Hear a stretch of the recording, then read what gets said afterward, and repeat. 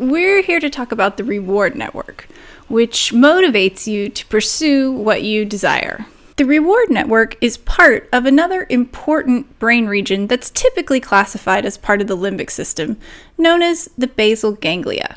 I'm going to show you where it's located in the brain. A challenge at getting to know the limbic structures is kind of penetrating the outside of the brain, because we know that it's the ooey gooey center of the brain, so all the structures are located inside. So in order to show you the basal ganglia, I'm going to peel away the cortex from my brain model. This isn't easy. So if we take the cortex away so that we're just looking at these central brain structures, then we can see all of the brainstem here. Here is the hypothalamus, and the thalamus is actually kind of disguised by the basal ganglia. That's these two large curving structures that are sitting over top of the bulbs of the thalamus. And the basal ganglia helps you to coordinate movement. So remember, one of the key themes of this class is that a lot of really important functions for behavior are moderated in multiple places of the brain. There's redundant structures that all work together for the same goal. And movement is a great example. So later we'll learn that there's a part of the cortex devoted specifically to originating commands for voluntary movement. Then the basal ganglia is responsible for executing those commands, and we've already learned that the cerebellum also plays a role in making sure those movements are smooth and precise. So you can see that there's cooperation at all three levels of the brain at something like achieving movement. But we're really focused on the role of the limbic system in producing emotion. I've called it the drama center of the brain, and there's a very special part of the basal ganglia that contributes to emotion, desire, and all the drama in a human life. So in the overview video, I alluded to the fact that there's a special area of the midbrain where dopamine is produced, and then that dopamine flows up into the basal ganglia. And this connection is called the reward network. So when dopamine flows from the midbrain into the front of the basal ganglia, the reward network is lighting up, and that creates a feeling of desire and the motivation to pursue what it is that you desire. Let me give you a chance to get a better look at these structures. So right here we can see the medulla, the pons, and then here we are in the midbrain. And here in the front of the midbrain, we have that special area where most of the dopamine in the brain is produced. In particular, there's one region called the ventral tegmental area, which I'll abbreviate as VTA, and that's where dopamine is released, and it flows to the nucleus accumbens, which is just a specific part of the basal ganglia. It's not very important that you remember either of these names, but just in case you go on in neuroscience, I do want you to have heard these words before. So when dopamine flows from the midbrain to the front of the basal ganglia, your reward network is lighting up and you are motivated. Every drug that has the potential to be addictive, from coffee to cocaine, does so by manipulating the reward network. In the case of coffee, its main effects occur elsewhere in the brain, but through a kind of mild chain reaction, it does light up the reward network a little bit, which accounts for coffee's addictive qualities. A more powerful drug like cocaine manipulates the reward network directly, lighting it up in a way that we wouldn't normally experience from natural, physical, and social rewards in our environment. Chronic, ongoing stress or pain can dull activity in the reward network, and this accounts for one of depression's most classic clinical diagnostic features, which is anhedonia, the inability to feel pleasure. There was a classic depression commercial from a couple of years ago that featured a little bouncing ball losing interest in things he once loved. You know when you feel the weight of sadness. You may feel exhausted, hopeless, and anxious. Whatever you do, you feel lonely and don't enjoy the things you once loved. Things just don't feel like they used to.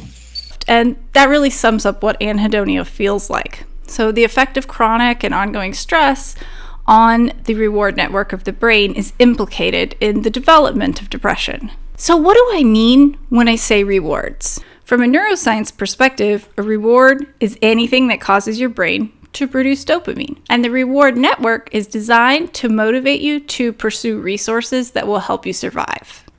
So some really basic biological rewards like sex light up the reward network in every species of animal that neuroscientists have ever studied. Similarly, food will light up the reward network in any hungry animal. And this makes sense from an evolutionary perspective. Biology needs you to be pretty dang motivated to get out there and get food, even in the face of danger or adversity, and to reproduce, pass on your genes. So those are two really strong biological rewards. But a pretty cool thing about human beings is that our reward network also lights up for aesthetic pleasure. I don't know about you, but there have been moments in my life where I have heard a new song on the radio and been so bowled over by loving it that I actually had to pull over and Shazam it right that minute. And, that kind of reaction to music is absolutely provoked by a flood of dopamine in the reward network of the brain. Our reward network lights up for art, lights up for all kinds of novelty, and it lights up when we get social validation and social reward. Experimental neuroscientists have been able to do some really cool work where they tease out this connection between the activation of the reward network and desire and pursuit. So for instance, researchers took volunteers and had them listen to music while in a functional magnetic resonance imager, an fMRI. An fMRI is just a type of brain scan that shows moment to moment which areas of the brain are consuming more oxygen and glucose. So it kind of shows you what parts of the brain are working real hard in a moment. So they played a couple different songs for folks who were laying down in an fMRI. And then after the listening to the music, they gave the participants the chance to buy one of the singles that they heard. So it turned out that the songs which lit up participants' reward network the most were the songs they chose to buy. It was different for different individuals because taste is individual, but whatever got the reward network firing is the music they chose to take home with them. Here's some other things that definitely light up your reward network. One, simply novelty. Humans are a species of explorer. We've dominated every environment on the planet. We've even visited the moon. So we're highly motivated to explore and pursue novelty.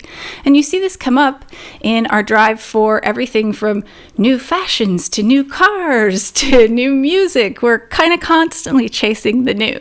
In fact, we've done similar studies where we look at fMRIs of the brains of shoppers, and we can see that when they see a product that lights up the reward network more, that's what they're more likely to buy. Winning at a competition also lights up your reward network. So you're probably kind of starting to get an idea of the list of things that juice up the reward network in your own brain. And it's a little bit different for different individuals. So some people love, say, the thrill of gambling. If you're like that, it's because gambling pings your reward network. Other people are incredibly motivated by curiosity, constantly reading Wikipedia. I'm like that. And it's because new knowledge lights up my reward network like nothing else. The reward network also plays a role in learning. It's focused on making you pay more attention to the most rewarding things in your environment and learn very quickly any rules or cues associated with getting at those rewards. So, for example, let's imagine for a moment that you're a laboratory monkey living in an experimental setting. So it's kind of a zoo-like environment. You've got trees, you've got other monkeys to play with, and there's a lever up at the top of one of the trees. Now, the lever's never done anything. Of course, you and your fellow curious monkeys have gone up and pulled it a couple of times, but one day something special happens. A yellow light comes on in that tree, and you find out that if you pull the lever when the yellow light is on, a pineapple falls out and you get a tasty sweet snack. Nature's candy. So for a couple days, you might still be struggling to make that connection. That yellow light means the lever delivers a pineapple. But once your brain has learned that association based on activity in the reward network that zeroes you in on the salient cues that signal a reward is available, that connection will be strong because of the role of the reward network in focusing your attention on this important yellow light that signals that a reward is about to be available. Now, here's where it gets interesting. Take a guess as to when the flood of dopamine in the reward network is the biggest for you, the laboratory monkey, getting your pineapple reward. It's not while you're eating the pineapple, not by a long shot. It's not while you're pulling the lever. The biggest activation of the reward network comes when the yellow light comes on. So rather than being about enjoying the reward that we have obtained, the reward network is really about pursuing a reward that we want out in the environment.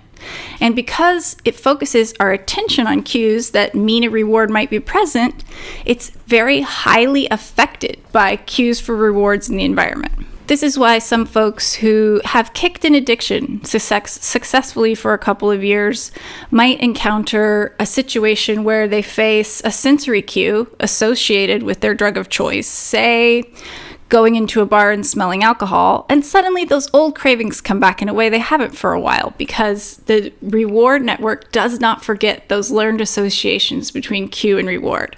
This also explains why if you had a great crush a couple years ago in high school who drove a certain type of car, you may still get the feels when you see that car in a parking lot in a random city because you've got this positive association to an old reward and it's still going to affect your brain's desire centers. So there's a ton of other limbic regions that I wish we had time to focus on more.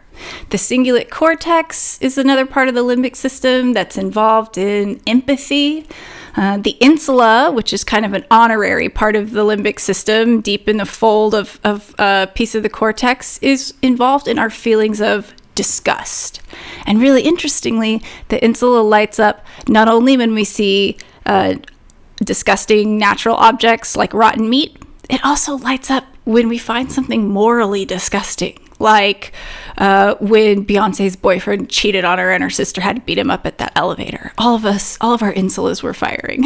So there's a lot of different emotional centers in the limbic system, but for our purposes, we're focusing on the biggest two motivators. The amygdala, which causes fear and aggression, basically getting us out of a situation, avoiding or fighting, and the reward network, which pushes us towards the things we want. And a lot of life is a tension between these two systems, one pushing you to avoid or aggress, and the other pushing you to chase and seduce what you want in life.